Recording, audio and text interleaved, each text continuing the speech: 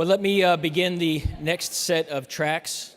I'm very happy and pleased that Ambassador Kirsti Kauppi has spent some time with us this morning and has been so receptive to spending time with us this morning to give the second of 4 keynotes throughout the day. As many of you know, Ambassador Kauppi is Finland's ambassador to the United States, has been a longtime friend of the Arctic, was instrumental in supporting the Fulbright Arctic Initiative, which was a concurrent effort of the U.S. chairmanship. And now with Finland taking over the chairmanship of the Arctic Council, it's particularly important to hear from Finland, and who better to speak to us than Ambassador Kauppi. Would you please welcome her to the podium?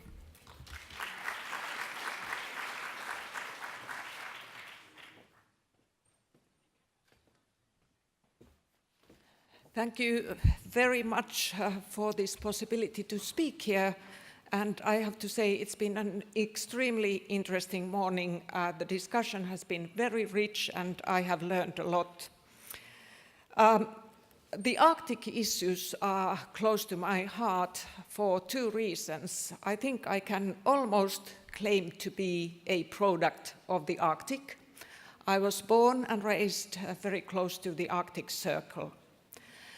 The second reason is that I do think that what happens in the Arctic is absolutely vitally important for the whole world.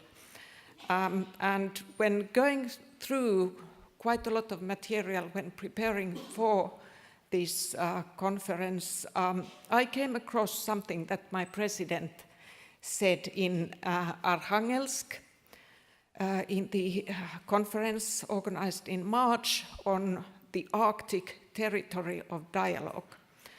And he said, if we lose the Arctic, we lose the whole globe. So just to reiterate some of the facts, impact of climate change in the Arctic is more than double elsewhere. The resulting changes in the Arctic amplify global impact of climate change. Increasing scope and interest in economic activity in the Arctic means that there's a growing need to ensure that this economic activity happens in a sustainable manner. And finally, the interests of the Arctic peoples have to be safeguarded in these developments. So I think it is absolutely clear that international cooperation is vital because nobody can achieve all these things alone. So that is my first point. Secondly, there are a lot of international fora for cooperation, and that is extremely good. There are bilateral cooperation arrangements for governments, for businesses, for civil societies. There are international organizations, maybe just to mention the International Maritime Organization, WMO, IMO, WMO, and so on and so forth. So this is very good. We need a network of fora for international cooperation. We do believe that the most important international forum for Arctic issues is the Arctic Council. And the Arctic Council, obviously everybody knows the structure of the Arctic Council, but what makes the Arctic Council really unique are 2 things, in our opinion. The first is that there is the active involvement of indigenous peoples. And secondly, that the work of the Arctic Council is there's a very deep-rooted connection with the scientific community. And these 2 things make the Arctic Council unique as a forum for international cooperation in the Arctic. Now, the purpose of the Arctic Council is to increase cooperation, coordination, and interaction. And the focus is very much on 3 things: protecting environment, promoting sustainable development, and improving the well-being of Arctic residents. And all of these three things are linked together. As I said, the scientific aspect of the work of the Arctic Council is very important because basically most of the reports, the advice and the recommendations given are based on scientific reports. Excuse me. So there are recommendations, there is advice, there is joint scientific research, and then there are the three international agreements that have been negotiated under the auspices of the Arctic Council. All of them are extremely important, the latest one regarding scientific cooperation. What is also important to understand that even if I just emphasize the importance of the Arctic Council, the implementation of the recommendations and advice and the agreements is a national responsibility. So the Arctic Council is not a supranational organization. There are other fora for cooperation, as I mentioned earlier, and I would just like to maybe, because I hope that it will be discussed in the panel, point out on two where Finland has been very active. The other one is Barents Euro-Arctic Cooperation Council, and the other is Northern Dimension, which is a policy jointly together between the EU, Iceland, Norway, and Russia, where very concrete things have been implemented to improve the environment, but also other aspects of, in this case, not necessarily all of it in the Arctic, but close to the Arctic. So my second point was that the Arctic Council is the most consequential international forum for Arctic issues, with its unique characteristics related to the role of indigenous peoples and science. My third observation regards the broader context where we are. It has been mentioned here, I think it was President Crimson who mentioned the Cold War and the fact that this cooperation in the Arctic Council, but all the other cooperation fora as well, couldn't exist if it was not a post-Cold War era. So in a sense, the cooperation in the Arctic is a peace dividend after the Cold War, and that is important. While the reasons for the international tensions that are real, and the reasons are also real, and those tensions cannot be ignored, we are very convinced that it must be possible to continue the cooperation in the Arctic, and that it is in the interest of everybody to continue the cooperation. It is good to note that the international tensions have not affected the work in the Arctic Council, and we certainly hope that that remains so. In this context, it is good to note that military security has been explicitly excluded from the Arctic Council. It is also, in this broader context, good to note, when we are talking about tensions, that actually, in one respect, the Arctic could be a region for tensions, but is not, and that is territorial claims, because it was also mentioned here, all the riparian states of the Arctic Sea have agreed to follow the principles of the UN Convention on Law of the Seas when addressing the territorial disputes. So the conclusion here is that while the reasons for the international tensions are real and cannot be ignored, it is totally possible and it is absolutely in the interest of everybody to continue to cooperate fully as far as the Arctic issues are concerned.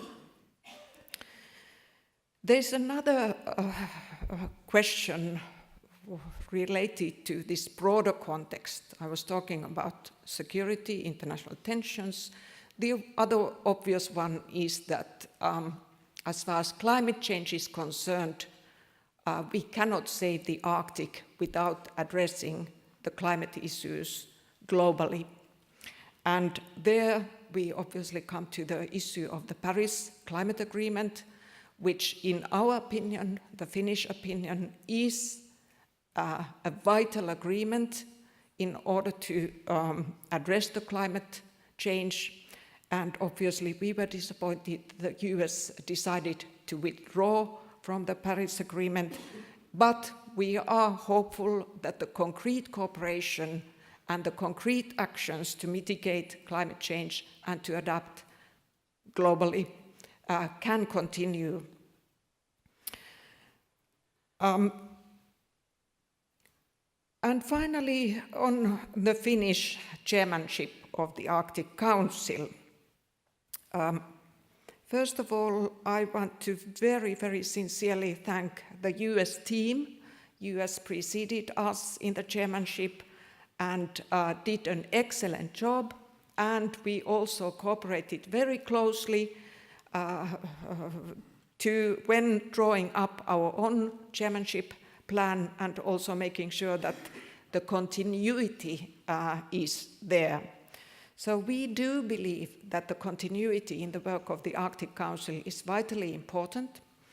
And in that sense, we are also looking at the possibility to look at longer-term common objectives and perspectives in the Arctic Council. Let us see how that process could succeed, but continuity is extremely important and sort of flexible and innovative ways to ensure that continuity would be very important. The Finnish chairmanship got a very good start in Fairbanks. We could agree on a very substantive Fairbanks declaration. There was already the uncertainty about the US attitude towards the Paris Agreement there, but that was not an obstacle as far as agreeing on a substantive declaration was concerned. And that is why I'm also hopeful as far as the future concrete work of the Arctic Council is concerned. I think we can take a pragmatic attitude, and the Fairbanks Declaration is one of the clear indicators that that can be the case. Now, in the work of the Arctic Council, we, Finland as a chair, is of the opinion that the climate change and sustainable development have to be taken into consideration in everything that we do. The inclusive cooperation is extremely important. The role of the indigenous peoples living in the Arctic are of real value and a value in itself. The theme of the Finnish chairmanship program is exploring common solutions to common problems. And with that theme, we want to emphasize the pragmatic problem-solving orientation of our joint work. Problem-solving orientation based on sound scientific analysis and thorough discussions. The work of the Arctic Council will continue in full form. It's very extensive. I have to say that I was totally exhausted after reading the reports because it seems that there's so much going on. I can't keep any track of all the different working groups, expert groups, reports, things like that. all of them extremely important. So proceeding with all of those, but we did identify 4 priority areas where we would like to maybe concentrate some more effort. The first is environmental protection, and there the special emphasis that we would like to put in is biodiversity, safeguarding biodiversity, mitigating and addressing the issue of ocean acidification, and then a huge issue fighting or looking for solutions regarding black carbon and methane. And lastly, the litter that is also threatening the Arctic Ocean. So the first priority is the environmental protection. The second priority is connectivity. And this is basically continuing the work started by the US when establishing the telecommunications working group, but also maybe extending the work of that group to connectivity in broader terms. And here we are very much hoping to cooperate together with the Arctic Economic Council, in other words, the private sector, the businesses. The third priority area is meteorological cooperation, which obviously is extremely important for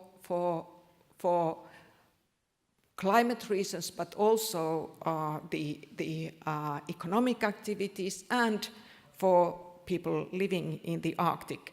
And here the focus is more looking at the different networks that exist and making sure that they could cooperate more closely together with each other in order to improve on the data coverage and data availability.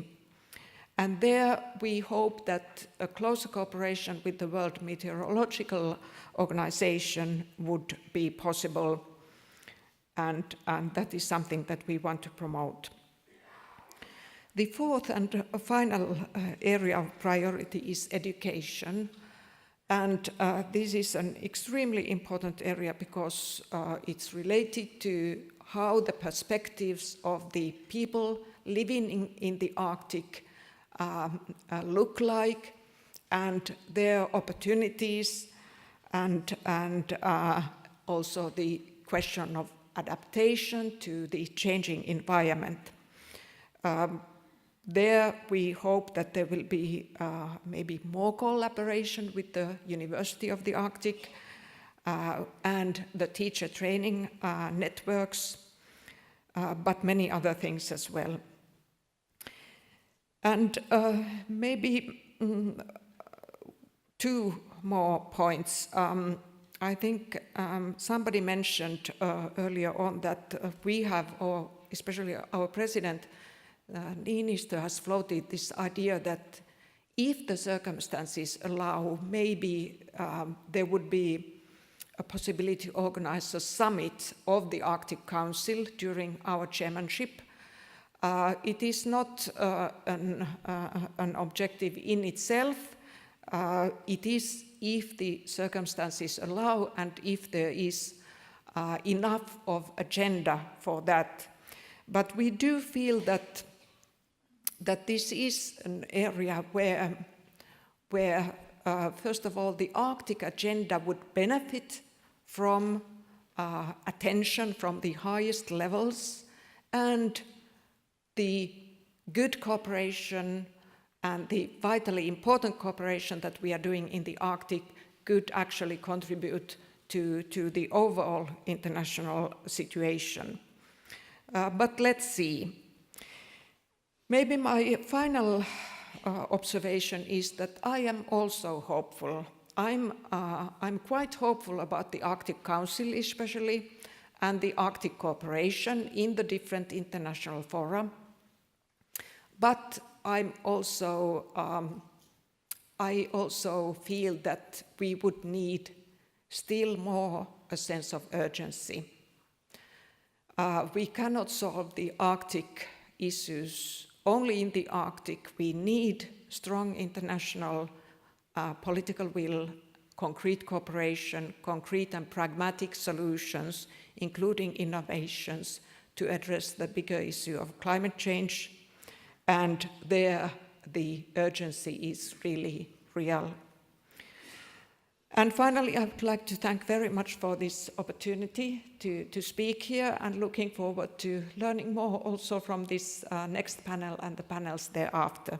And thank you for your attention.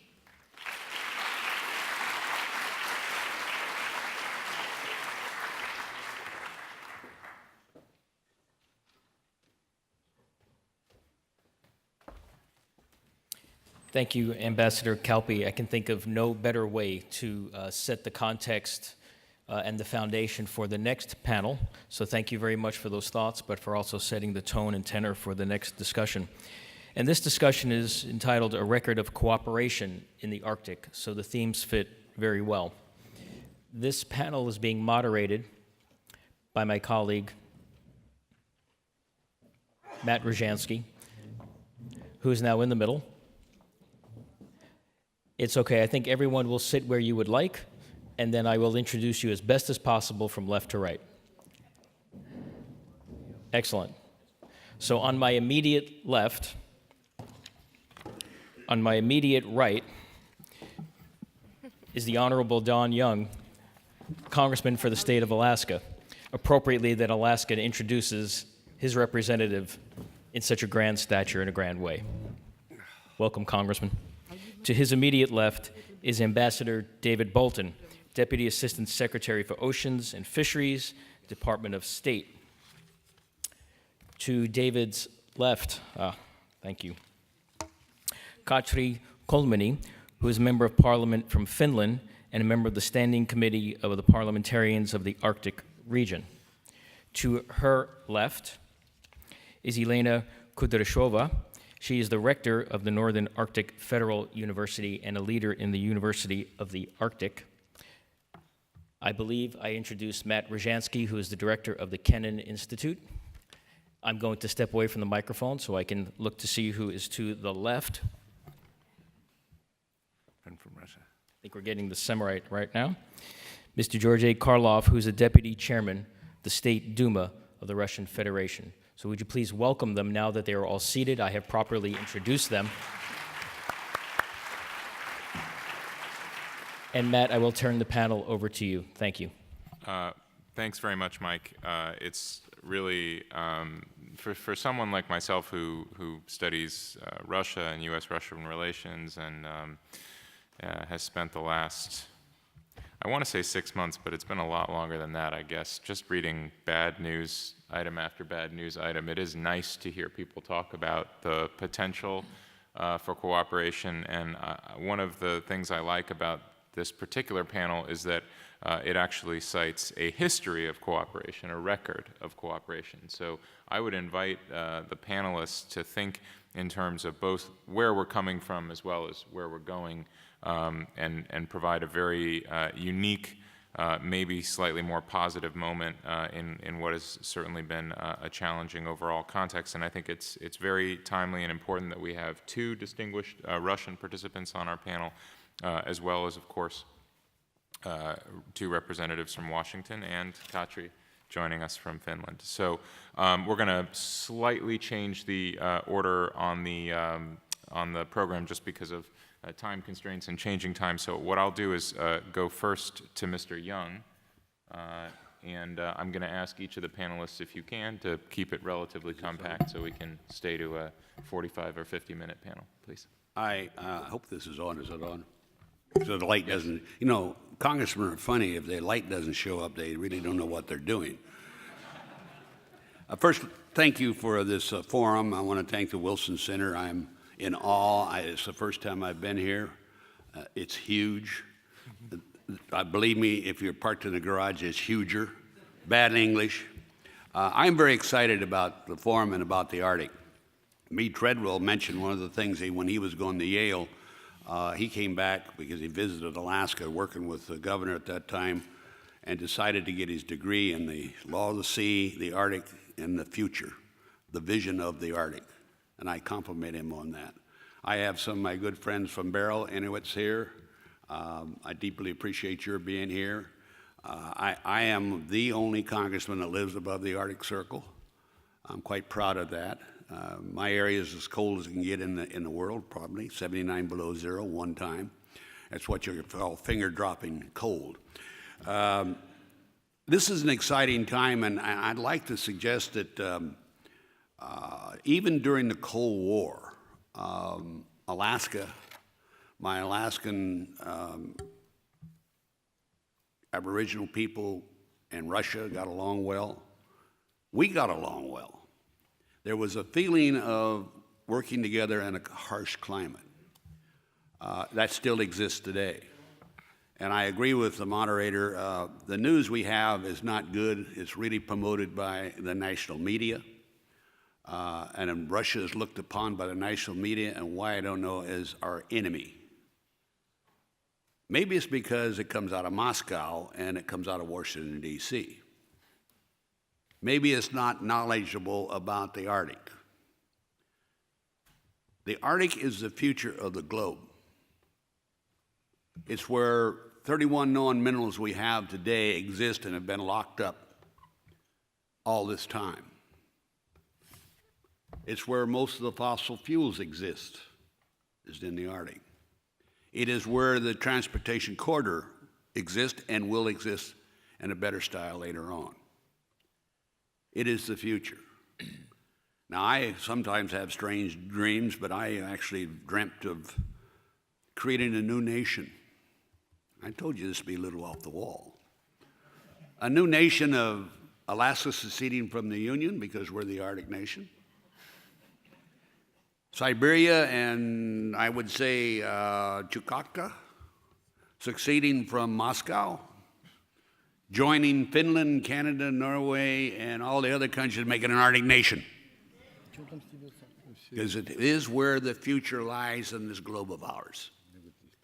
My biggest challenge as a congressman is you tell that to somebody in Nebraska, Iowa, or Nevada, and they say, what? And it's going to take a lot of education. A lot of, I call saying, that is what is the future, the Arctic. And I'm still excited about it. And I am hoping that we can get the world excited about it. And we work cooperatively together. And if that's my cell phone, I'm going to find myself $10. And I apologize for that. I don't know why somebody's calling me when I'm in this forum. They know where I am. And else it's the president. If I was the president, I might talk to him. We won't talk about the Paris Treaty or anything else. We'll talk about something else. But I compliment all of you on your interest, because this is where the action is going. Now, I will be a little bit critical. The previous speaker talked about the council. It's good. It does good work. But I'm a little tired of people not doing something. I want action. That's my background. I want to get things done. I don't just talk about it. It is time for the Arctic nations to set our forum together and decide what we have to do and do it. If it's transportation, navigation, icebreakers, taxes on ships that pass across the Northwest, then let's do it. I think that's an important thing to do, because we can have all these meetings, and if we don't do something, follow them, we haven't done our job. And the Arctic is too important. Thank you very much.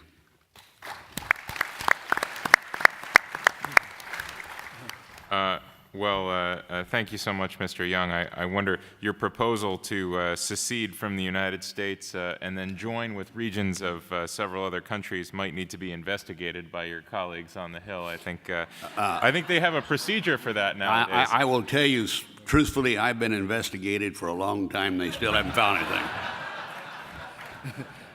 So speaking of getting as far away from Washington and Moscow as possible, we have Mr. Karloff joining us from Sakhalin. So please. Yes. Здравствуйте, и разрешите мне несколько слов сказать более в практической плоскости. в заявленной секции. Good morning. Allow me to say a few words in a practical scale, so to speak, on the subject declared. В первую очередь, конечно, я хочу поблагодарить господина Гримсона за возможность его усилиями создать возможность такую приятного общения, обмена мнениями и чувством юмора в том числе. First of all, I would like to thank Mr. Grimson for his effort in setting up such an exchange, such a pleasant exchange, including some humorous remarks. Тем не менее, международное сотрудничество, считаю, в нашем направлении зиждется прежде всего на нашей истории. I think international cooperation rests above all on our histories. И нашей истории 1 августа этого года исполнится ровно 135 лет с момента проведения международных экспедиций в Арктике и Антарктике. And this is our history. On August the 1st, we're going to be marking the 135th anniversary since the first joint expeditions in the Arctic and the Antarctic. До 2009 года существовало понятие «международный полярный год», и 4 этих международных полярных года ознаменовывались различного рода международным научно-исследовательскими изысканиями всех стран, разных специалистов, ученых, которые приносили всему миру новые сведения об Арктике и об Антарктике. Up to 2009, there was the notion of the International Polar Year, and we had 4 years filled with all kinds of meetings and research of very important personalities in science and technology that exchanged views and helped us resolve problems in the Arctic and the Antarctic. Россия в 2009 году предложила увеличить срок от года до десятилетия, и международное полярное десятилетие уже работает и приносит свои плоды международного сотрудничества. Then Russia in 2009 suggested we extend those days, or that year, to a decade, and now that polar decade is in action and is yielding fruit.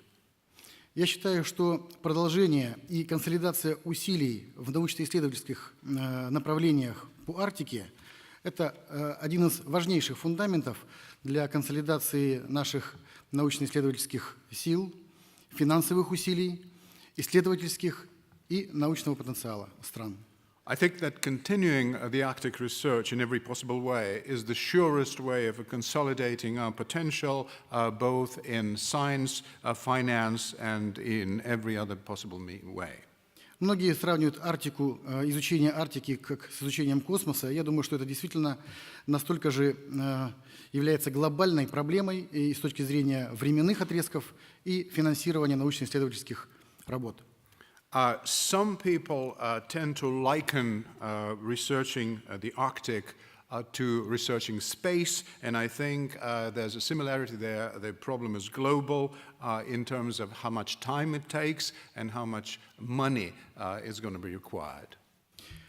Понимая развитие природно-климатических и в том числе глобального потепления, и как это будет влиять в дальнейшем на развитие арктического региона и на планету в целом, мы можем строить дальнейшие планы.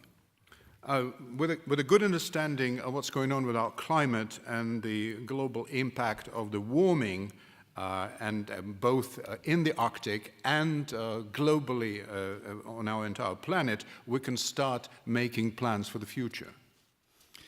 И будущее в этом случае в арктическом регионе, мы можем с уверенностью говорить, будет связано с установлением нормальной телекоммуникационных связей и транспорта. And of course, the future here is going to be linked to establishing good telecommunication systems and transportation. Невозможно представить себе глобальную транспортную составляющую или развитие социально-экономического и экономическое развитие этого региона без устойчивой связи, которая поможет нам решить все остальные вопросы.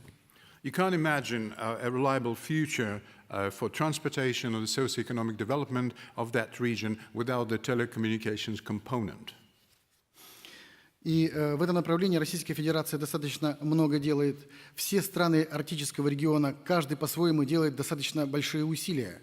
Но, тем не менее, нам необходима четко скоординированная программа совместной деятельности по установлению бесперебойной связи в арктическом регионе. The Russian Federation has been doing a lot in that area, and so have the other countries of the Arctic region. They've been making an effort there, but we still need a coordinated program that could ensure that we do have uninterrupted communications in that area. Транспортная составляющая, как одна из важнейших экономических составляющих по передвижению обмена товарами из Азии в Европу, из Америки в Азию, безусловно, это тот путь, куда рано или поздно мы все придем, и обеспечение соответствующей инфраструктурой транспортной, обеспечением соответствующего количества транспортных средств, кораблей, ледоколов и средств спасения – это задача, которую нужно решать уже сегодня и только в координации со всеми. And of course, another extremely important component is transportation, and transportation, and we're going to get there. We're going to create it, but what we need there is infrastructure for the transportation, and I mean icebreakers, ships, equipment to rescue, and that is can only be possible in coordination and cooperation with other countries. Именно после этого мы сможем перейти к полноценному освоению арктических природных запасов, в том числе водно-биологических ресурсов, энергетических ресурсов и прочих экономических выгод по развитию Арктики. It's only after establishing that infrastructure that we can go on to using to our benefit the natural resources, and that includes water, biological resources, energy, that could yield great results for everyone. Ни одна из этих трех задач невозможно будет к решению одной из стран Арктического региона. Только в кооперации все вместе мы сможем в достаточно понятный определенный период времени, в разумные ресурсные возможности и использованием потенциала научного, в том числе и предпринимательского потенциала наших стран, мы сможем эффективно в обозримом абсолютно будущем войти в Арктику как не чужие люди. None of those three tasks can be done single-handedly by just one country. That can be achieved only in cooperation and collaboration between and among various countries. And in that case, we could establish a clear time frame for those efforts, reasonable resources that are going to be required, involving the scientific potential and the potential of the private sector. And we should be talking, in that case, if we manage to do all of that, we could be talking about developing the Arctic in a foreseeable future. В заключение я хочу привести цитату моего друга, коллеги Челенгарова Артура Николаевича. И, кстати, вручить письмо мистеру Гримсону от него.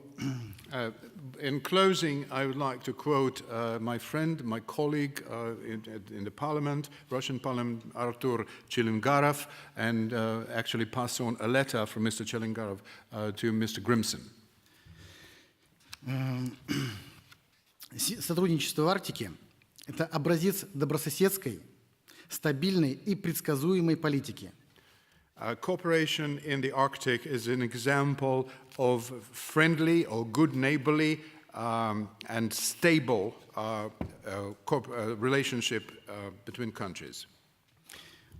Мы должны сделать все, что для нас возможное, чтобы распространить дух дружбы и сотрудничества, как свойственно полярникам в целом, во все возможные другие наши стороны сотрудничества. We should do our best in order to spread the spirit of cooperation and friendliness, as the polar researchers usually do, to all possible areas and ways of our cooperation. Thank you for your attention.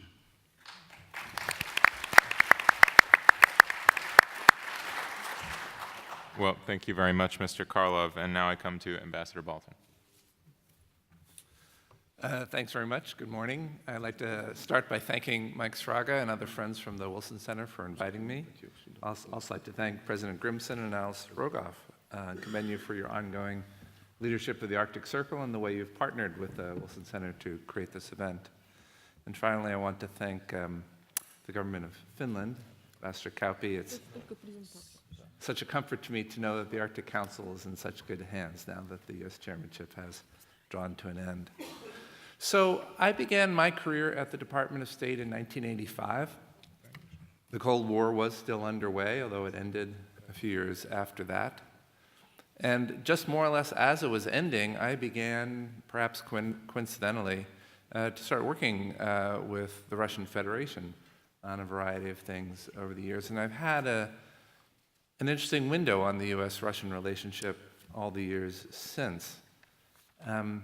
And I can honestly say that in my time, I have not experienced a moment when the relationship has been filled with as many difficulties as it is at present. And that's saying something. I'd also say it's also one of the more peculiar times in the relationship in any number of ways. And yet, as other speakers have pointed out, and I too point out, it seems as though the Arctic is an exception. The United States and Russia, I would say Russia and all the other nations in the Arctic have found ways to continue to cooperate in the Arctic, particularly, but not only through the Arctic Council, despite the difficulties on other issues and relating to other parts of the world.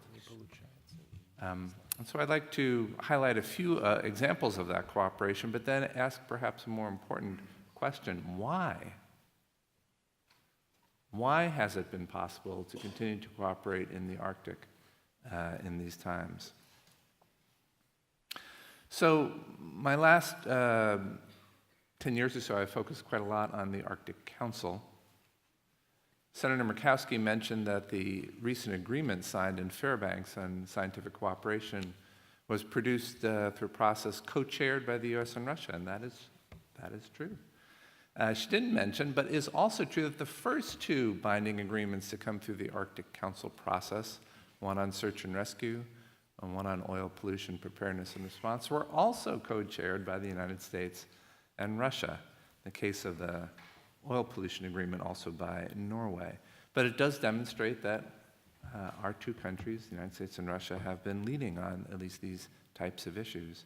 And more broadly, through the last 2 years of the U.S. chairmanship, I can tell you firsthand that the success of the U.S. chairmanship, and I do think it was successful, could not have been achieved without the active and willing cooperation from Russia and, of course, all other members.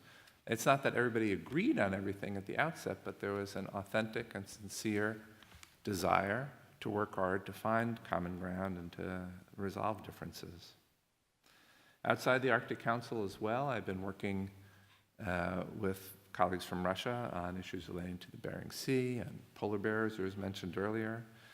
Russia and some other countries signed in 2015 a declaration relating to Arctic fisheries, and we are, at the moment, still in negotiation toward a possible agreement on Arctic fisheries. Again, signs of strong cooperation.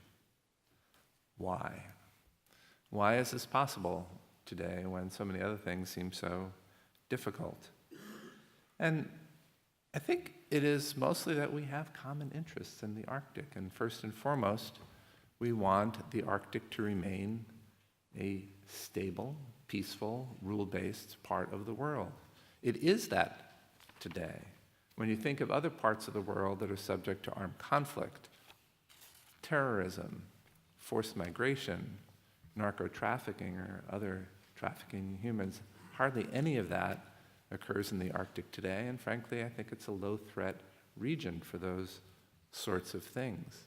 It's not that the Arctic is without its challenges, it is, but those challenges are primarily socioeconomic and environmental. And the nations of the and the peoples of the Arctic need a stable, peaceful, rules-based environment in which to try to address these things. And we need each other. We need to share each other's science and best practices. On search and rescue, has been mentioned, we need each other. If problems, as almost certainly will happen, incidents occur in the Arctic, we need to cooperate to address them. Oil pollution and other pollution, again, no one nation can work on this successfully alone. Yes, we need each other. There was a question this morning about whether there's any serious sovereignty in dispute in the Arctic. The answer is no. The national boundaries are all well established. Yeah, there's one small island that both Canada and Denmark claim, but I'd say that's very well managed and not really a dispute at all. There are a few maritime boundaries, including between the US and Canada, that are not resolved, but I wouldn't call that a dispute as such. It is something we're still working on. There are efforts to delineate the outer limits of the continental shelves in the Arctic, but that is too proceeding under the rules set by the Law of the Sea Convention in a peaceful and orderly way. And so we need each other to keep the Arctic stable in order to address the real problems there, and I think that helps to account for why we are able to continue to cooperate despite difficulties elsewhere. Thank you. Thank you very much, Ambassador Bolton. I'll go now to Professor Kudryasheva. Thank you very much, dear hosts, dear organizers and colleagues. First of all, I would like to say thank you very much for the opportunity to speak at the session and discuss cooperation perspectives in the light of the US-Russian relationship in the Arctic. Well, I'm representative here, the Northern Arctic Federal University, the biggest higher educational institutions in the Arctic zone of Russian Federation. The city of Arkhangelsk, where the university is located, was founded in the 16th century as the first Russian trade seaport and has been always famous by its international connections. A few impulse to international cooperation, a new impulse to the international cooperation was done in the 90s, where the Barents Euro-Arctic region was established and the institutions and people in the region started to cooperate across the borders. The Russian national policy in Arctic research and education takes its point of departure in a number of state documents. And the main one, the basic principles of state policy in the Arctic. The main fields of the Russian Arctic zone development have been taken by many universities as a part of their institutional strategy to respond to major challenges in connection with the Arctic investigation. The number of programs with the Arctic content and a number of enrolled students is increasing in Russian academia now. The universities in Russia respond to their needs to train high-skilled specialists for such areas as construction and petroleum engineering, mining, environmental and resource management, transport infrastructure, shipbuilding, and marine technologies. The Northern Arctic Federal University, as an Arctic university in Russia, defined its mission to create a system of continuous education through the integration of business, science, and industry to reflect needs of the Russian Arctic. The university trains its students in the areas of engineering and technology, life science and math, social sciences and humanities, providing a high-level education on a bachelor, master, and PhD level. It's very important for the university to give opportunities for scholars to do a field work in high latitudes. The School of Board, the annual Arctic Floating University Expedition, brings Russian and international students and researchers to the Arctic Ocean, islands, and archipelagos to do interdisciplinary research to understand the region better. The complexity of tasks in the Arctic require integration and collaboration. NARFO has a rich history of international cooperation in education and research across the borders. The tool of networking is very important both in national and international context. More than 30 Russian institutions have been united within the National Arctic Research and Educational Consortium, provide advanced research on the Arctic. A very important instrument to develop cooperation between Russian and American higher educational institutions and research centers is the University of the Arctic, the biggest international networking organizations in this field. U-Arctic shared infrastructure educates students of the North and develop interdisciplinary knowledge on the region. By the way, two U-Arctic Vice President, Marina Kalinina from NARFO and Mike Castellini from the University of Alaska Fairbanks, are taking part in this conference today, as well as one of the conference organizers, Dr. Mike Thrager, as co-lead of the U-Arctic Institute of Circumpolar Policy. We have a lot of good examples of joint projects between Russian and American universities. The cooperation hasn't been stopped at a time of political tensions, remaining an area of dialogue between professionals in academic area. Such projects as the Model Arctic Council, studying the national hazards in the Arctic, studying the floods of northern Russia and Alaska, the maritime preparedness, security, and safety in the high north give great perspectives to our scholars on the changing Arctic, produce shared knowledges and understanding. The role of universities is changing today. The universities are getting more involved in constructing the regional policies and provide good regional practice. The Northern Arctic Federal University used to be an important arena for the Arctic dialogue as a permanent venue for the international forum, the Arctic, a territory of dialogue, where many of our American colleagues participated. In the year 2020, our university, together with the University of Iowa, will run the 10th International Congress of Arctic Social Science to attract researchers from all over the world to discuss human dimension of the Arctic. By the way, Andrei Petrov, elected president of the IASSA, is here with us now.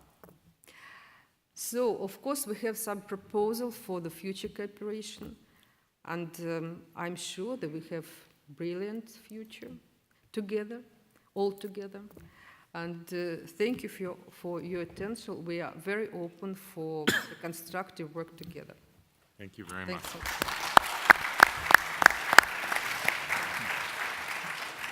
Katri. Thank you. Ladies and gentlemen, dear colleagues, let me start by thanking the Wilson Center and the Arctic Circle representatives for arranging this event. I must say that seldom is the timing and the venue for discussions like this as crucial as it is today. These two topics, Arctic and the relations between Russia and the US, have produced thousands of column millimeters in the press and hours of prime-time debates, especially the later one. And as we all know, so much has happened in both Arctic in general and in the relations between the United States and Russia that the issues deserve a closer attention as a whole. This is important because the Arctic cooperation has been one of the few fields where all the countries have had shared understanding about the benefits of working together. I would go even so far to describe this cooperation as a value in itself. This is important because we know that if we want to save the Arctic, we need the Arctic countries to cooperate. But right now, we are in a situation where we seem to be lacking the trust to continue in an open and constructive manner. Many practical solutions we have managed to gain in the field of Arctic cooperation, the SAR agreement and decisions to cut back emissions, would now seem impossible to reach. This is no way to proceed with. Without trust, we lack the way forward. So, what do we do? Or what should we do? I don't have any simple answer to this. What I know is that usually in times of turmoil, we tend to seek solutions and solace from the past. The problem is that it is often just the old ways that brought us into this situation. Climate change is transforming our environment because we needed to produce more and consume more, and we paid no attention to environment. Now this has to change, and it is changing, state by state, individual by individual. And what about the US-Russian relations? The days of Cold War are long gone, and I would say good riddance. Decades of mistrust and suspicions favored only few and brought instability and insecurity to the rest. And today, the people that would benefit somehow from confrontation are as few. I recognize that there are many issues where Russia and the United States does not look each other eye to eye, but Arctic is one where they should, and we all should. We, or at least many of you, have seen the times of containment, followed by short periods of detente. Walls have been erected and then some holes have been digged to them. All this with a huge effort. I would like to see the time when such magnificent efforts could be combined to do something constructive and positive for a change.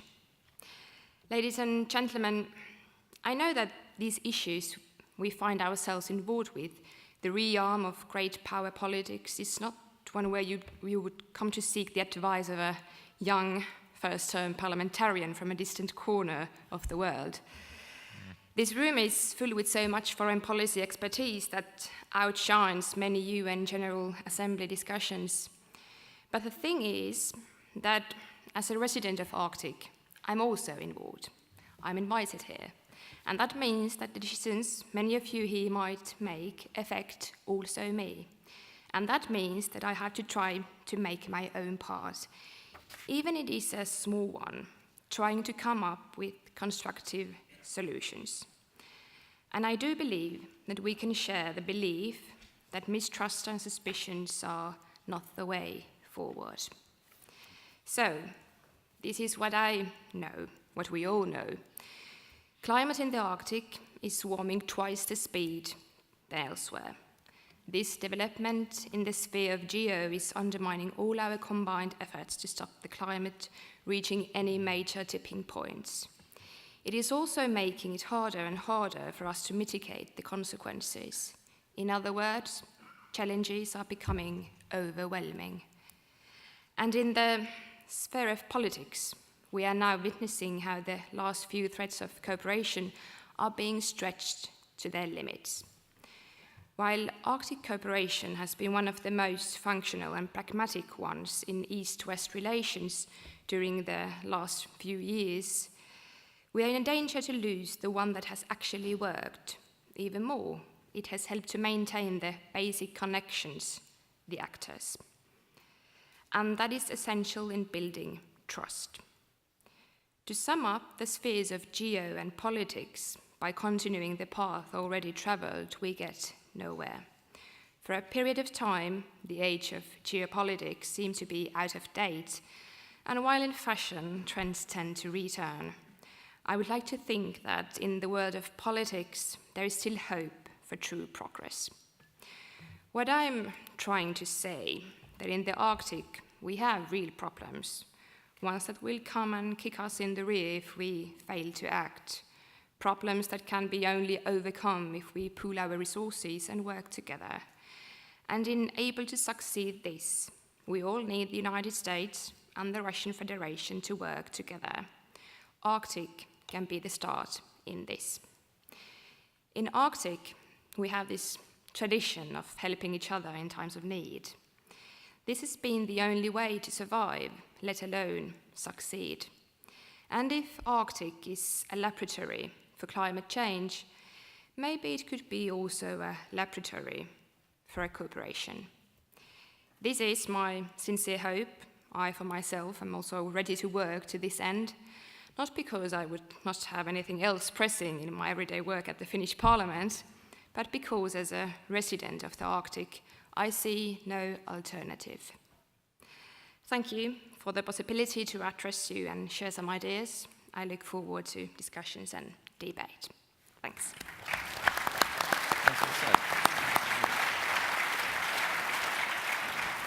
All right, so we are behind schedule, but I think, unless I'm overruled by the organizers, we can take about 10 minutes now for some questions and answers.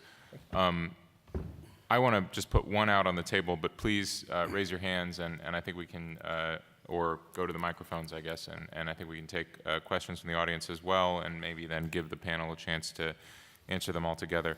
Katri, I want to take off on your message, because of course, this is a panel which has focused on a record of relative success. I say relative because, as Ambassador Bolton pointed out, it's a bad time, and yet this is an area where we have done some things that defy that trend.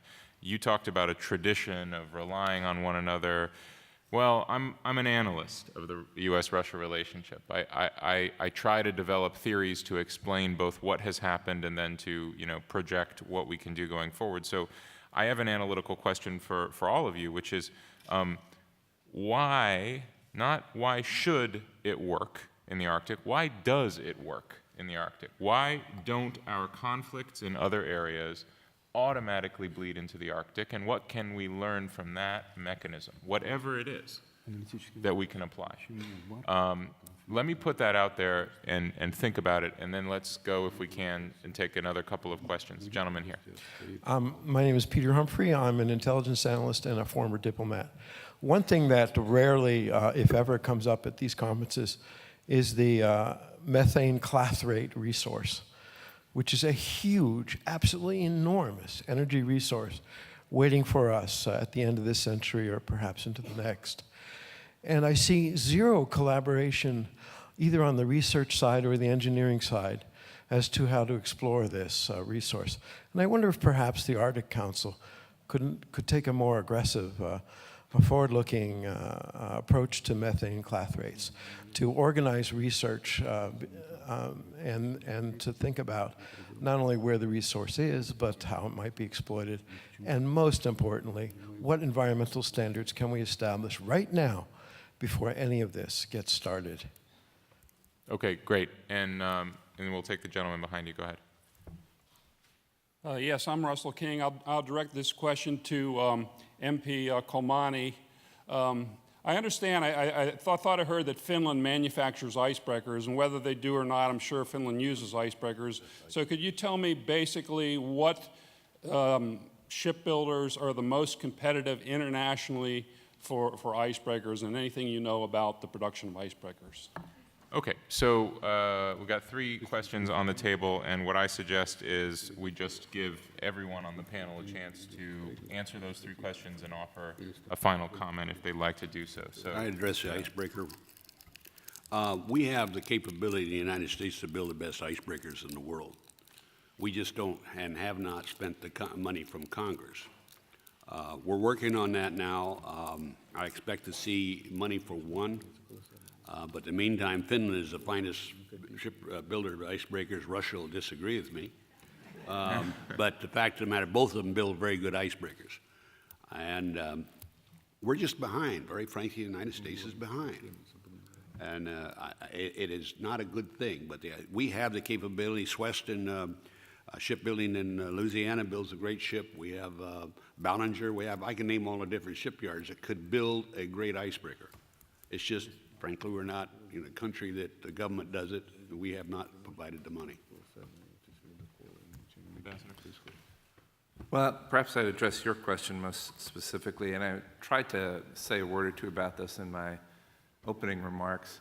I think the reason why the Arctic is different, or the reason why cooperation in the Arctic has continued despite problems elsewhere, is because the nations of the Arctic, including Russia and the United States, need each other there, perhaps in ways we don't necessarily need each other elsewhere, to help secure the potential of the Arctic for benefit of all the Arctic peoples, to help deal with address the problems of the Arctic. We actually do need each other very seriously, and we need a stable place in which, a stable regime in which to do that. And that, I think, helps to answer why we have seen cooperation in the Arctic, especially. Can I just ask one quick follow-up Sure. on that? Is the relative lack of media attention, and I take your point, Katri, that there's plenty of media attention, but the relative lack of media attention actually beneficial in that, or? Absolutely. Yes? Yes, absolutely. I'd agree with that. I'd also say that, unfortunately, some of the media attention that the Arctic has attracted recently has missed the point. That's right. They tend to try to focus on the potential for conflict or actual conflict in the Arctic, when the story is actually rather different. That's right. Yeah, I could actually comment briefly on the 3 points. Well, I try to say that as Arctic cooperation has been so successful, so hopefully it could be also a model and example for other fields, that how in a different sphere of times still the cooperation always works, because it's so crucial, not only for the Arctic, but as a whole globe, as we've heard. Then about the first audience question related to methane and environmental research, I guess all the groups are doing very, very important research and academic field of research, and what the universities have been talking here. While Finland is now chairing the Arctic Council, one of our top priorities is environmental protection and combat of climate change. So it's very, very high prioritized in Arctic cooperation, has been always. And for the third question, well, usually Finns says that we make 60% of the icebreakers, and we do all the good ones. So we have all the line from the planning and research and infrastructure, and here's our CEO of Arctia, Mr. Tero Vauraste, so please continue discussions with him likewise, if politicians are unreliable to trust, so. Thank you. Well, I would like to say just a few words why the Arctic is a territory of peace and cooperation, collaboration. If we go to the history of this region, we couldn't find any examples of big conflicts, particularly military conflicts. But in the other way, last year, for example, all of us jointly celebrated our cooperation during the Second World War, and the 75th anniversary of Northern Convoys. This is a wonderful example of our cooperation in a very tough time in the Second World War. And this is maybe a joke, but in the warm climate, we can live alone and be alive in this warm climate. But in the Arctic, like in the Antarctic, it's impossible to stay alone, to stay alive alone. We have to cooperate and we have to be together. Please, Mr. Kuro.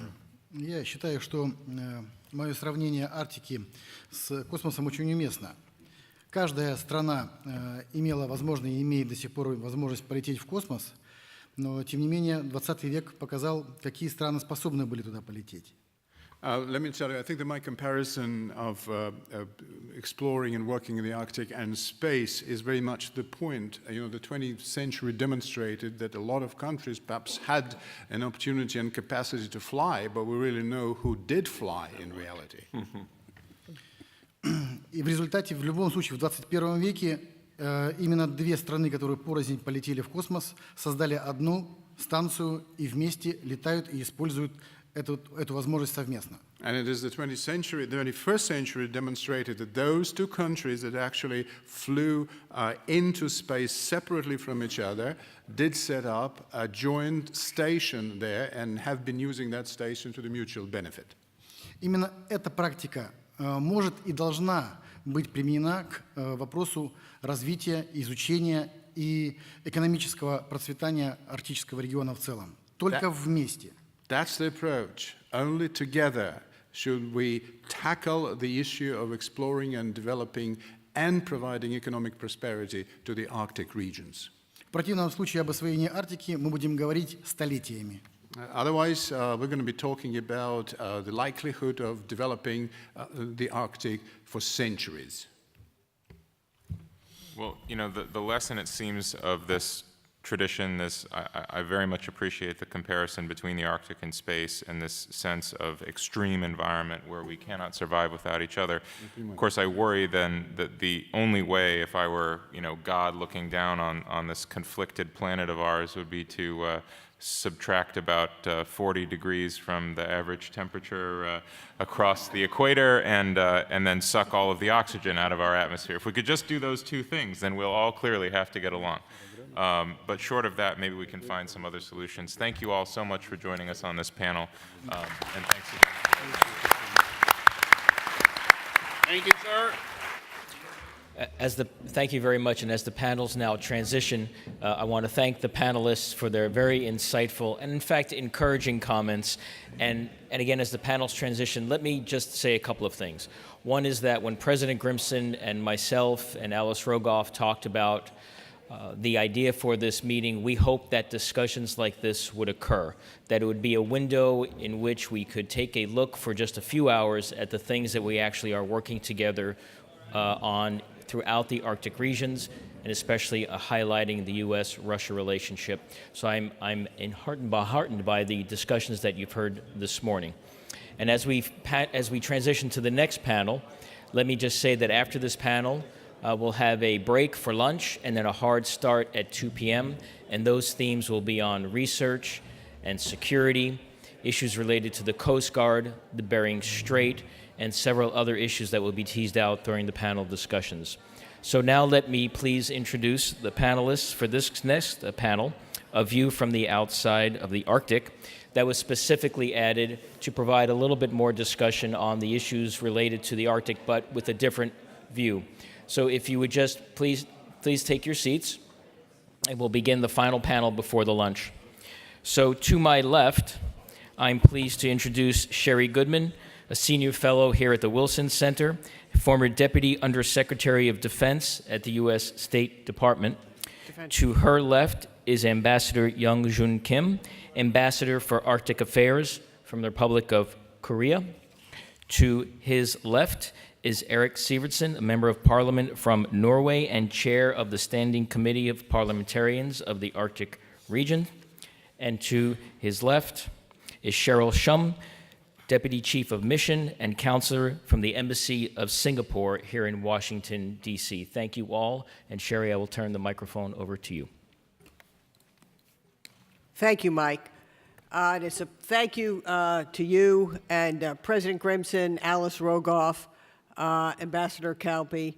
It's a pleasure to be here with all of you, and thank you to each of you in this room who has helped make this event possible. We're very pleased to have everyone here. And reflecting on the last panel about the history of cooperation in the Arctic, I just have to share a short story of my own, because at the end of the Cold War, when I was serving in the Defense Department, U.S. Defense Department, I found myself leading a program called Arctic Military Environmental Cooperation among the U.S., Norway, and Russia at a time where all three of our countries and others who joined later, Finland and the UK and a number of others, were working to apply our knowledge, our scientific cooperation among not only militaries but environmental and energy organizations in our countries to address challenges left by post-Cold War contamination in the Arctic region. And so it's a pleasure to see that collaboration and that spirit of cooperation can continue to today. So we say what happens in the Arctic doesn't stay in the Arctic. As the last panel noted, climate change, of course, is the canary in the coal mine, or as a senator from Alaska has been known to say, the elephant in the igloo. So since our panel is the only thing standing between you all and lunch, we're going to get right to it, and there's no better group to address this challenge than leading diplomats and parliamentarians from Korea, Singapore, and Norway. And since our Norwegian friend, I understand, has a pressing engagement just following this, we're going to give Mr. Sivertsen the chance to start us off. Thank you for that, and thank you for the opportunity to participate in these discussions. I think it's very important also that you have choose the headline Russia and the United States in the Arctic. As chairman of the Arctic parliamentarians representing all the Arctic countries and the European Parliament, I see it as important to be as inclusive as possible when talking about the Arctic. So I will base my views on the statement from the Conference of the Parliamentarians of the Arctic Regions from Ulan-Ude in Russia last year. But I have to say, it's somewhat odd for me to speak in the session which is named A View from Outside the Arctic. Myself be living in the city of Bodø, north of the Polar Circle, representing in this context all the people of the Arctic.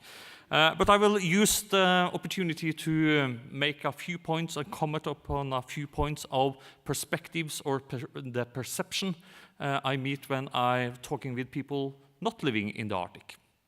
So let me first comment upon the idea that the Arctic is a lawless wilderness or a last frontier. No, it isn't. As you, as friends of the Arctic, of course, know this. But this is a peaceful and a well-governed area by the Arctic countries through international law. The UN Convention of Law of the Sea is the primary international agreement for governing the Arctic Ocean. The 8 sovereign Arctic states have their obligations and their rights in accordance with international law. There's no need for an Arctic treaty, but there could be potential for develop existing instruments. For an example, when we are discussing fisheries in the region. The second perception or perspective I often meet is about the knowledge of what is in the Arctic, what exists in the Arctic. When you travel around the world or along the Polar Circle, meeting in conferences and seminars like this, there's a lot of us doing this in this room, I see. We often see a lot of pictures of wonderful nature, animals, and icebergs. But you rarely see pictures of humans, buildings, or human activities. The point is, the Arctic is an inhabited area. There are about 4 million people living in the Arctic. Economic development and opportunities for the people living in the Arctic are vital in creating resilient and prosperous Arctic societies and better lives for the people living there. For us who are the elected representatives of the people, the Arctic is first and foremost about the lives and the opportunities of the inhabitants in the Arctic. For us, it's of paramount importance to develop the societies and the possibilities for the people there. The third is the perception about the Arctic, the one Arctic. I will argue that there is no such thing as one Arctic. It's huge differences between the American Arctic, the Russian Arctic, and the Nordic Arctic. One size will not fit all when we are discussing solution and future development of the Arctic. Norway has its ice-free harbors all year round and a well-developed infrastructure. For several years, it has been offshore operations in the Barents Sea, north of 71 degrees north. That is very different from the situation in the northern parts of Alaska. There are also big differences inside the countries. For an example, between the ways of life of Norwegians and the traditional ways of the Sami people in Norway, Sweden, Finland, and Russia. The fourth is about the importance of protecting the Arctic. I am personally very eager to protect the Arctic. We see and feel the effects of the climate change taking place in the Arctic already today, in Alaska, in Greenland, and in Norway. Ice and permafrosts are melting and winds have already increased. Imagine if we currently face a global climate warming of 3 degrees elsewhere, the effect in the Arctic can be 6 to 8 degrees Celsius. This is why emissions reductions promised in the Paris Agreement is essential. Because it's not the 4 million people living in the Arctic alone that have created the climate changes. We'll take our part of the responsibility, but we do not solve the global climate crisis by making the Arctic into a sanctuary.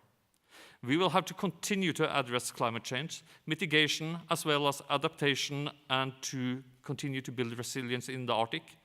But to control the global warming, we need a joint global effort. That will be the effective way to protect the Arctic, not by making the Arctic into a sanctuary. The fifth is about the non-existent race for resources. All the Arctic nations and the Arctic Council has the goal to keep the Arctic as a peaceful and a stable region. And as the panel here earlier discussed, we are doing a good job in that. And therefore, the Arctic Cooperation should develop and strengthen its economic agenda in cooperation with the business sector. There is a global attention on how the resources in the Arctic might be developed in a sustainable manner. Science, research, and cooperation will be important in making this happen. Non-renewable natural resources development must be utilized to help build societies that last beyond the life of the resource. I believe it's time to also address Arctic innovation beyond the development of natural resources. What will the people living in the Arctic live off in addition to its rich natural resources? How do we stimulate innovation in the Arctic which addresses the needs of future Arctic societies? What can we learn from the sustainable lifestyles of the Arctic indigenous people? The Arctic Economic Council has been established and has set up a secretariat in Tromsø, Norway. From the Arctic parliamentarians' side, we have established good contacts with the representatives of the Council and its former chair, Ms. Tara Sweeney. And we have co-hosted the Arctic Economic Development Forum in Washington, D.C. in the beginning of April last year. And I'm looking forward to develop this cooperation with the new chair, Mr. Taro Varjosto. And I have to say in this context that I'm very glad that in last week when we met in Oulu, I heard that the Arctic Economic Council has endorsed the idea about the Arctic Investment Protocol. When we are developing closer ties between the governments and the business sector, we should look to what already is in place. I believe that governments and businesses operating in the Arctic should use the international corporate social responsibility guidelines and find ways to implement them in the Arctic.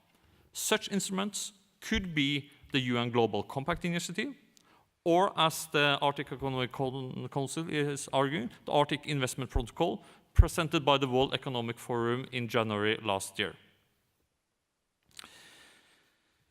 I agree that we will have to invest in infrastructure to develop the Arctic. And today I have heard people arguing to invest in ports. I agree in that, and think it's important to invest in ports also for the future. From the Norwegian side, I would like to mention that this week in the Parliament we had a big debate about the National Transport Plan for the 12 years to come, and there we decided to invest about 400 million Norwegian crowns in developing the harbor in Longyearbyen at Svalbard. That will be an important hub a logistic hub for maritime activities in the Arctic Ocean. I also will argue very strongly that we need to develop broadband telecommunications in the Arctic. Today, it's very hard to have communication at all north of 73 degrees north.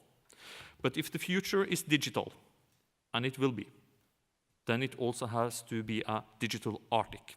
So the short version here is get those satellites up and running as fast as possible. The time for assessment is past. And again, I will challenge the Arctic Economic Council to work with us parliamentarians in that. I will end this by mentioning something the Finnish ambassador was talking about. Because I agree that developing the Arctic is a political question. And the Arctic Council has played an important role in the past 20 years. And I think the time has come for looking into what should the Arctic Council be in the future. How should we continue to develop the Arctic Council? Therefore, the parliamentarians of the Arctic regions has been arguing and will support the Finnish chairmanship in arranging or getting a summit for heads of state into discussing how should we develop the Arctic cooperation on the basis of the Arctic Council for the decades to come. I hope you all here will support us in getting this in place, and in this hard and difficult political climate we have globally, I think it's especially important to lift it to that level. And I'm looking forward to seeing the Finnish chairmanship succeeds in getting such a summit. Thank you for your attention.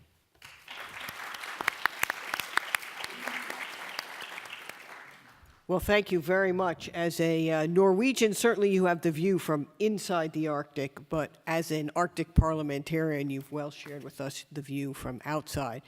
Next, we're very pleased to welcome Ambassador Kim of Korea, and I believe you have a presentation for us. Yeah. Good afternoon, ladies and gentlemen. First of all, I should convey my thanks to Wilson Center and former Iceland President, Mr. Grimson, for inviting this important forum. And it is a great honor for me to be here to explain Korea's Arctic policy and activities.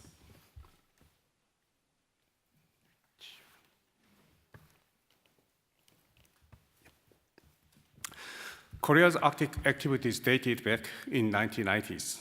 The Dasan Arctic Science Station was established in Shibalbal in 2002, and Korea built its first icebreak research vessel, Arahon, in 2009. And Korea joined the Arctic Council as a permanent observer in 2013, along with Japan, China, and Singapore, and so on. In the same year, Korea joined the Arctic Circle. We established our official policy on Arctic by adopting the first Arctic policy master plan with the vision of contributing to a sustainable future of Arctic. To implement the master plan, the detailed action plan was made every year, and we are now preparing the second master plan for the next 5 years. In addition, we are planning to build a second ice-breaking research vessel by 2022. And Korea has been actively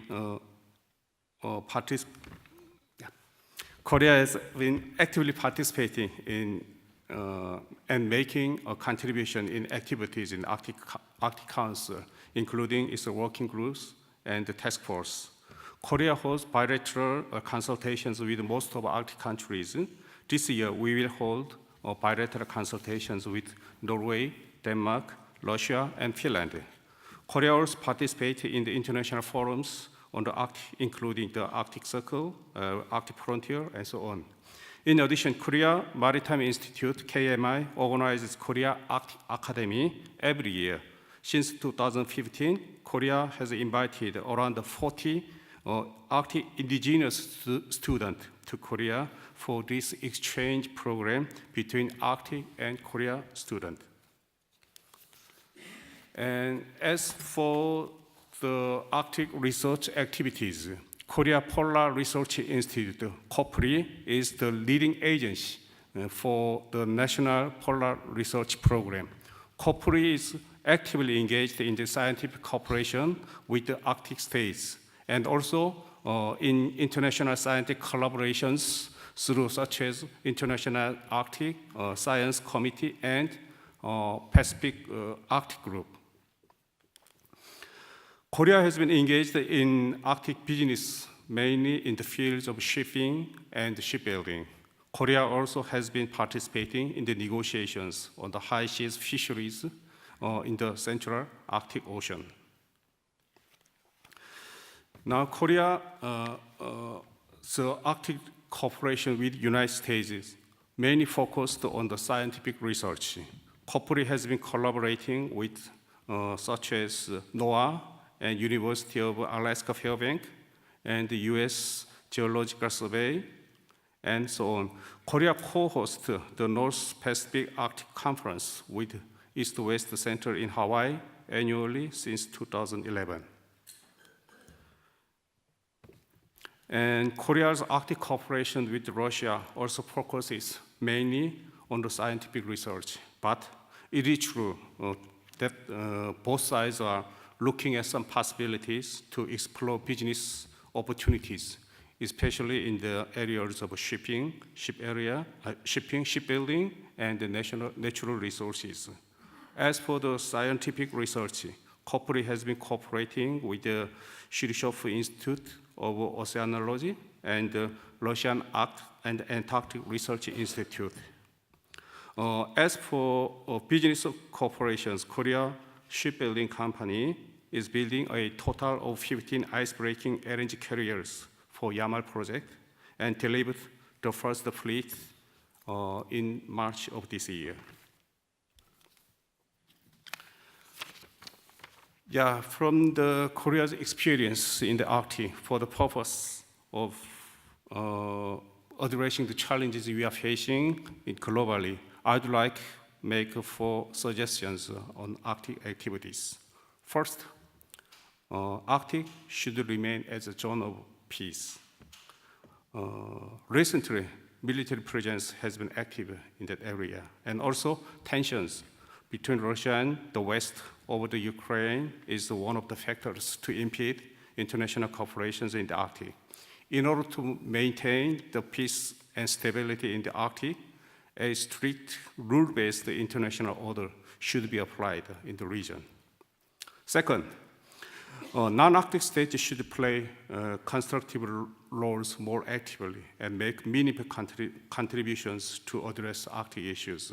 In this regard, Korea, as an observer state in the Arctic Council, shows the sense of responsibility with Arctic states and has the willingness to increase our contribution to deal with challenges we are facing in the Arctic. Third, observers have a limited right to participate in the activities of the Arctic Council. This reality sometimes makes the observers feel frustrated. The area where global addresses are necessary have been increased. In this regard, Korea appreciates the U.S. initiative to engage observers under its Arctic Council chairmanship, and we hope that such engagement will continue and be extended in the future. Lastly, to a certain extent, our current governance system in the Arctic is a kind of closed one.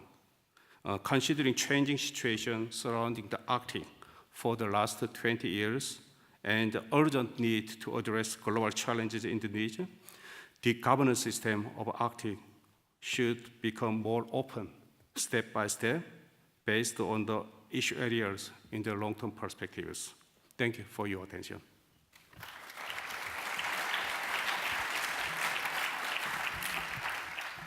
Thank you, Mr. Ambassador. That was extremely well stated. Now we turn to another important partner and ally outside the Arctic. We're pleased to have the Deputy Chief of Mission from Singapore, Ms. Cheryl Shum. Excellencies, fellow panelists, ladies and gentlemen, good afternoon to everybody.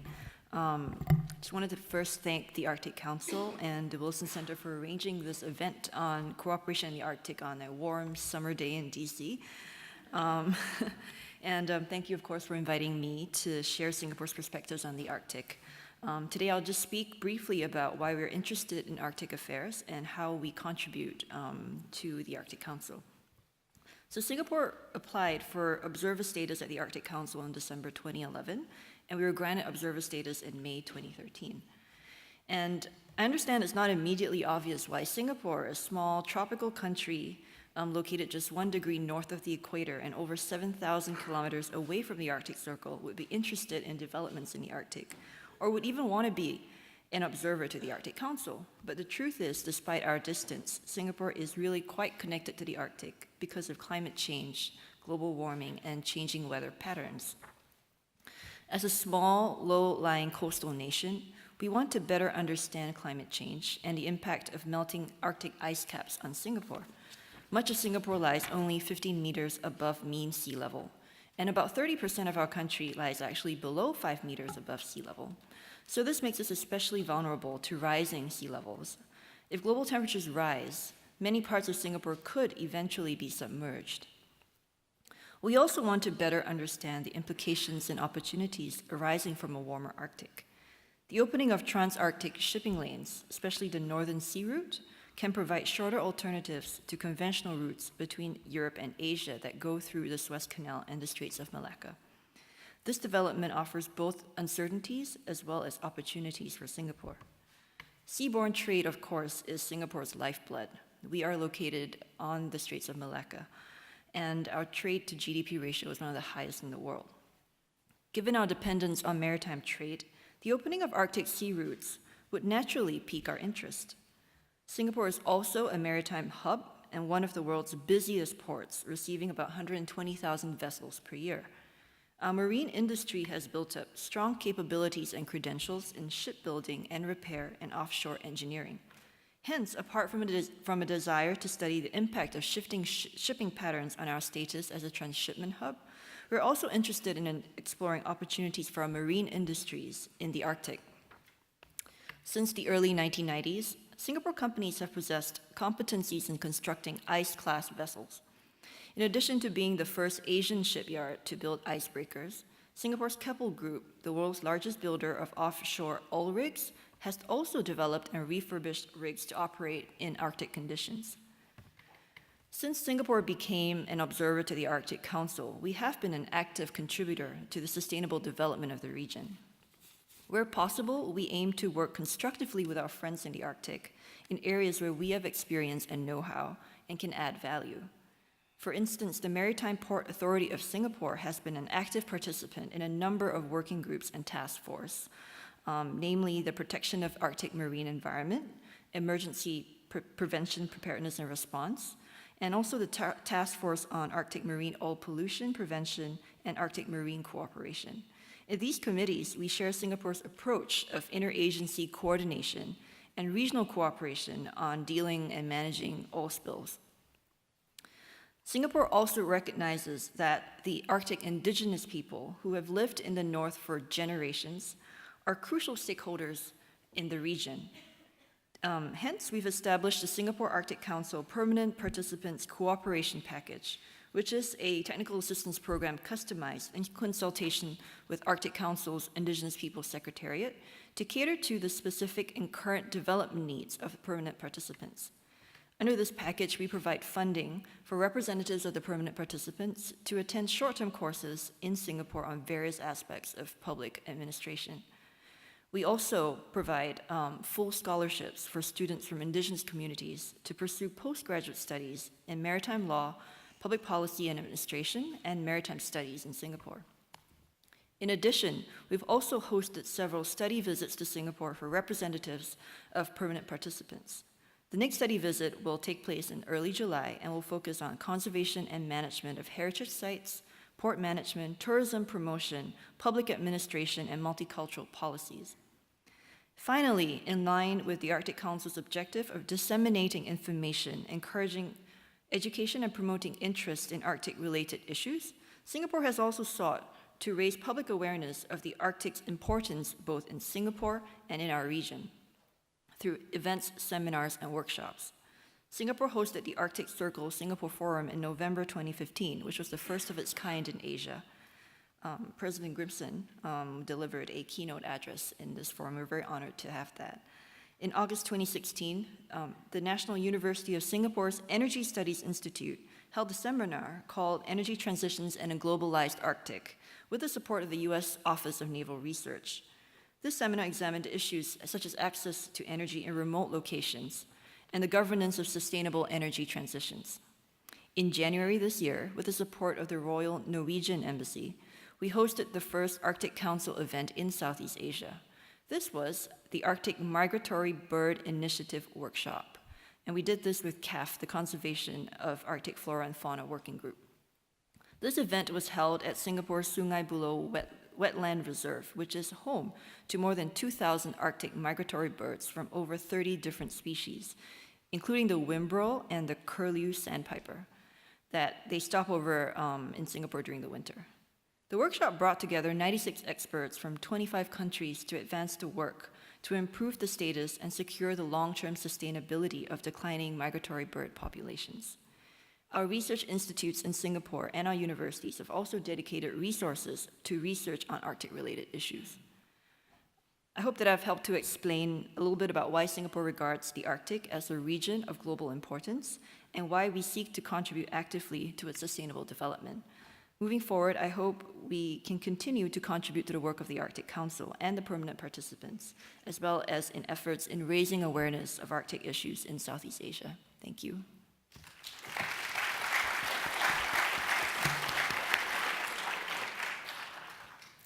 Well, that was an excellent presentation. It shows you the range of activities that our Asian allies and partners are engaged with and how important their cooperation is to the Arctic future. I see we have about 5 minutes, so I'm going to start out with a couple of questions, and then we'll be happy to take any if there are some before we break for lunch. So I know just recently China, Japan, and Korea held their second trilateral Arctic dialogue, and I wonder if each of you could discuss China's evolving role in the Arctic. I know that the Northern Sea Route was not initially included as part of what's known as the One Belt, One Road project, but Beijing now appears to be developing it alongside its other strands, and this could lead to as much as 15% of Chinese trade sailing through the Northern Sea Route by 2020, which could bring even additional closer cooperation between China and Russia in this region. And I wondered if you could both comment on how that affects your views about evolving Arctic cooperation with China.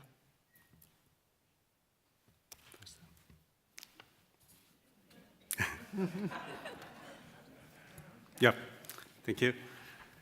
Yeah, between Korea and China, we have a lot of the trade and a lot of big relations politically, and there is some areas also we have some areas we have cooperation, some areas we have conflict. It's true, and also if we add in Japan, in that case, the more complicated situation we could face. Anyway, Arctic is one of area between China and Korea to make a cooperate. Actually, we thought it's new areas, new frontiers of cooperation, or new areas of diplomacy. As you mentioned, among 3 countries, Korea, China, Japan, we started our trilateral Arctic dialogue. Its initiation was made by Korean side at the summit of 2015. Last year, the first meeting was held in Seoul, and the second meeting was held early this month in Japan. And next year, it is supposed to be held held in China. I think at this moment we think we three countries think Arctic is the area to cooperate among three countries, and also we are now succeeded to regularize to hold the meetings. And third one is there is also we have some the homework. We should extend our areas cooperations. It's one of currently the cooperation area is limited in science and scientific researches, but we should extend our cooperations in the educations, communications, and engagement to other the activities, so on and so on.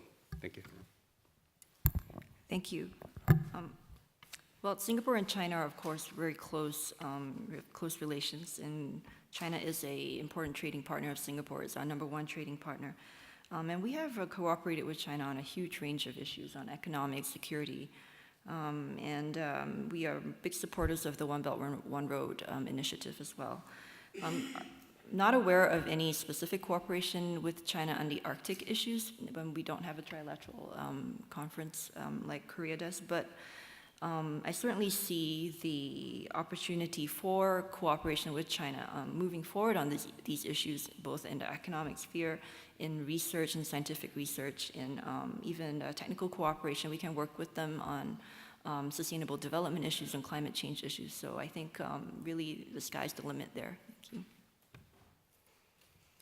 Well, thank you. I think I will ask if I see no one coming to the mic, I will ask the last question, then we will head to lunch. Both of you spoke very eloquently about the need to address climate change globally, and particularly in the Arctic and the research that is going on there. How do you see both the Arctic Council and related institutions evolving to enable us not only to conduct the science, which we'll get into in depth in the panels in the afternoon, but the additional actions that are going to be needed to address the changing climate, sea level rise, ocean acidification, and other challenges that we face in this region?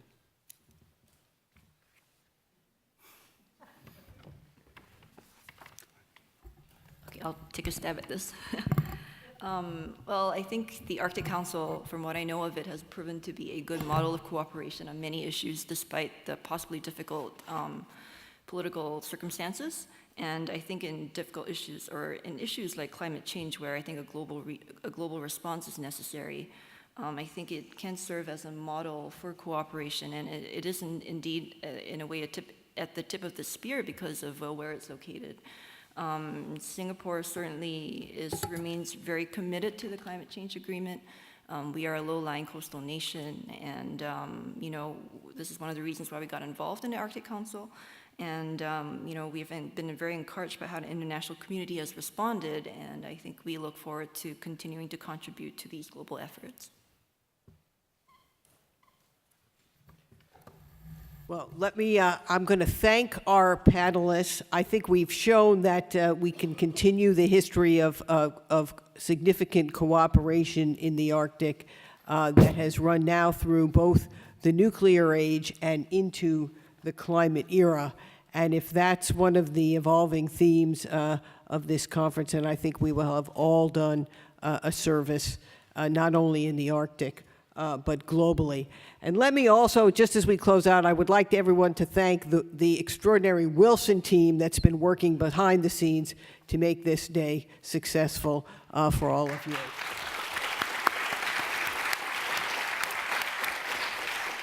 Thank you, Sherry. Thank you to the panelists for the insight. I think that it's very clear before we take a break for lunch that what you often hear in the press is that the Arctic is an emerging territory, an emerging issue, well, I don't think it's emerging anymore. I think we've put a fine point on the fact that the Arctic is part of a global dialogue, and there are more than the other 8 Arctic nations that are interested in Arctic issues. And that was hopefully what we were trying to get at least part of this morning in the afternoon, the filter through which we have seen the Arctic, through the US, Russia, through the 8 Arctic nations, and now perspectives from outside of the Arctic. So we're going to take a break, but I want to remind you that at 2 p.m., Ambassador Mark Brzezinski will join us For the third keynote, later in the afternoon, Admiral Zukov will join us for a fourth interview. He actually will give a short keynote, and then he will be interviewed by David Martin, the national security reporter for CBS News. And this afternoon will be about research, security, Coast Guard, and in a very important region to many of us, the Bering Strait. So let's take a break, and we will start again at 2 p.m. Thank you.